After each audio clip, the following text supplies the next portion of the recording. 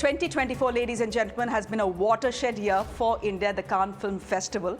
And doing India proud have been two women. First, there's Payal Kapadia, winning the second highest honor at the ceremony for her film. And of course, then there is Anasuya Sengupta, the first ever Indian to win the Best Actress trophy at the Cannes Film Festival. I want to ask you, when you were walking up that stage, what were you thinking? Were you shaking? Were you sweating? I was shaking, not sweating so much because it was Thanda. cold, yes.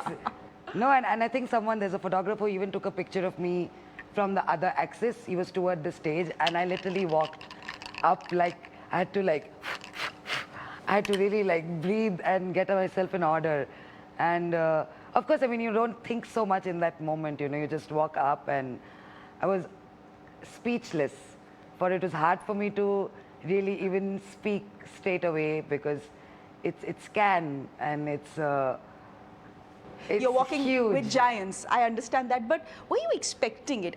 Was there, you know, when you landed in the city, was there some hope that this could be my moment? No, not at all. I was absolutely not expecting a Best Actress award. Having said that, our film, The Shameless, screened pretty early in the festival, around the 17th. So I got the response from people, and that was pretty steady. The more the days went, there were people coming up to me on the streets quite a bit, wanting to talk to me, acknowledge my performance, and it seemed to have moved a lot of people across the board, different countries, mostly women. Which was exciting, but also men. And so I could feel it, and I kept telling my director that, have we made a good film? I think it's worked. I kept telling my director, my producers, that I don't know. I mean, so there was a buzz. There was definitely a buzz, but I was not actively thinking about, will I have a win? I definitely wanted the film to pick up an award. I didn't know it would be me, but it's an award for the film, so in a way, what I wanted when I went happened. So it's a personal honor for you, but it's also a collective honor for the country, right? It's actually much more than a personal achievement. And as the days roll out, I feel that all too clearly.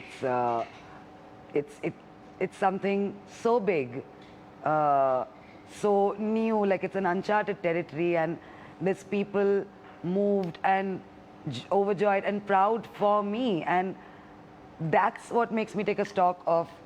Then I feel proud of myself as well and my entire team, because you know, you can't make a film alone. You really can't even be a Best Actress alone, though it is an individual award. You really can't. So has life changed after the award? Your pictures were splashed on front pages here in India. Change. So, and I mean, it's still been very few days. That's why I had to decompress with my family a little bit. So I was resting it out, and I'm out here today, and I know that you know, you guys have been wanting to speak with me, and so have I.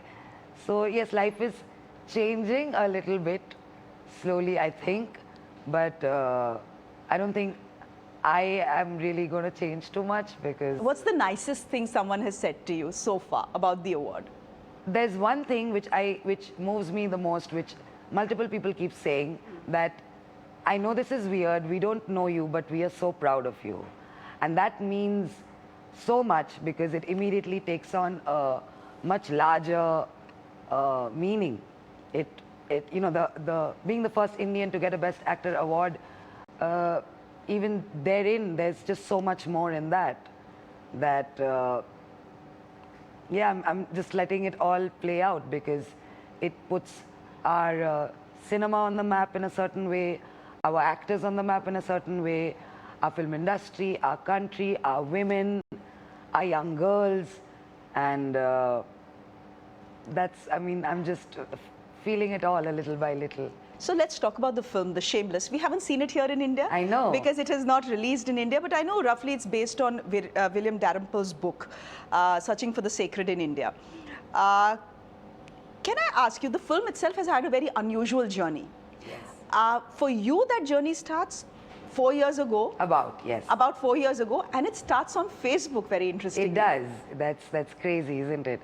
So my director, Konstantin Bojanov, is Bulgarian, and we were Facebook friends because of common filmmaker friends. We'd never met.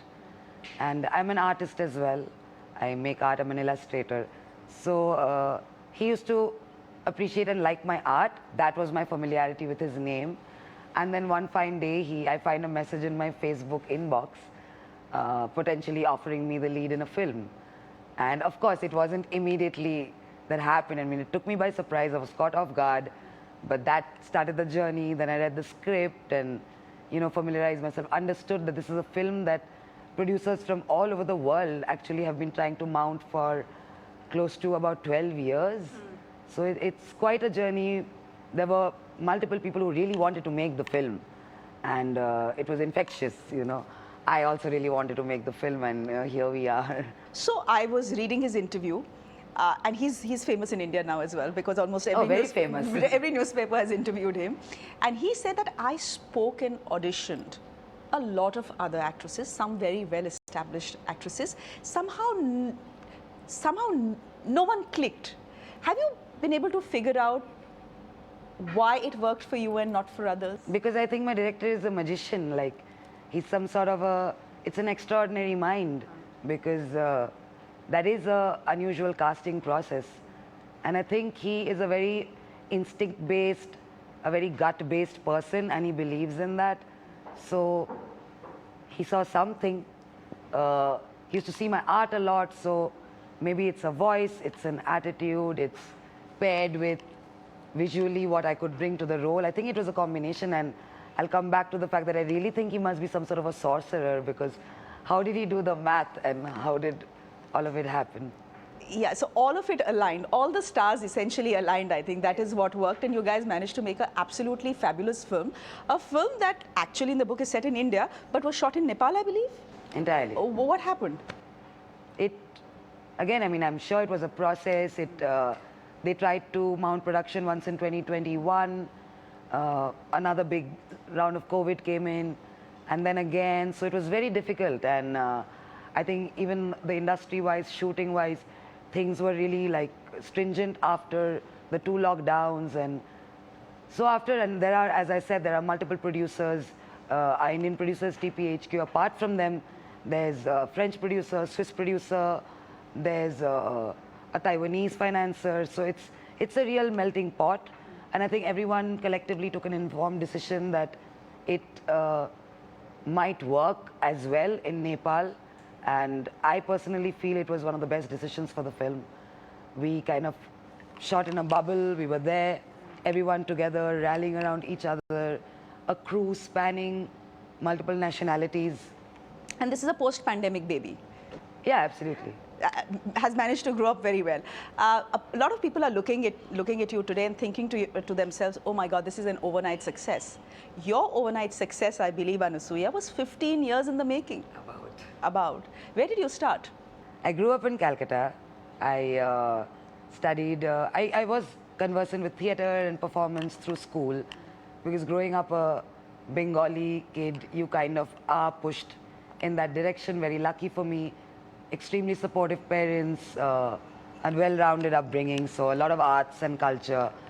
But I dabbled in theatre at the dabbling stage, and then I went to Jadavpur University. I studied English honors, English literature I studied, and I actually wanted to become a writer. So I thought my path would be journalism, writing, and life had other plans for me. I found myself acting in a Bengali film called Madly Bengali in 2009.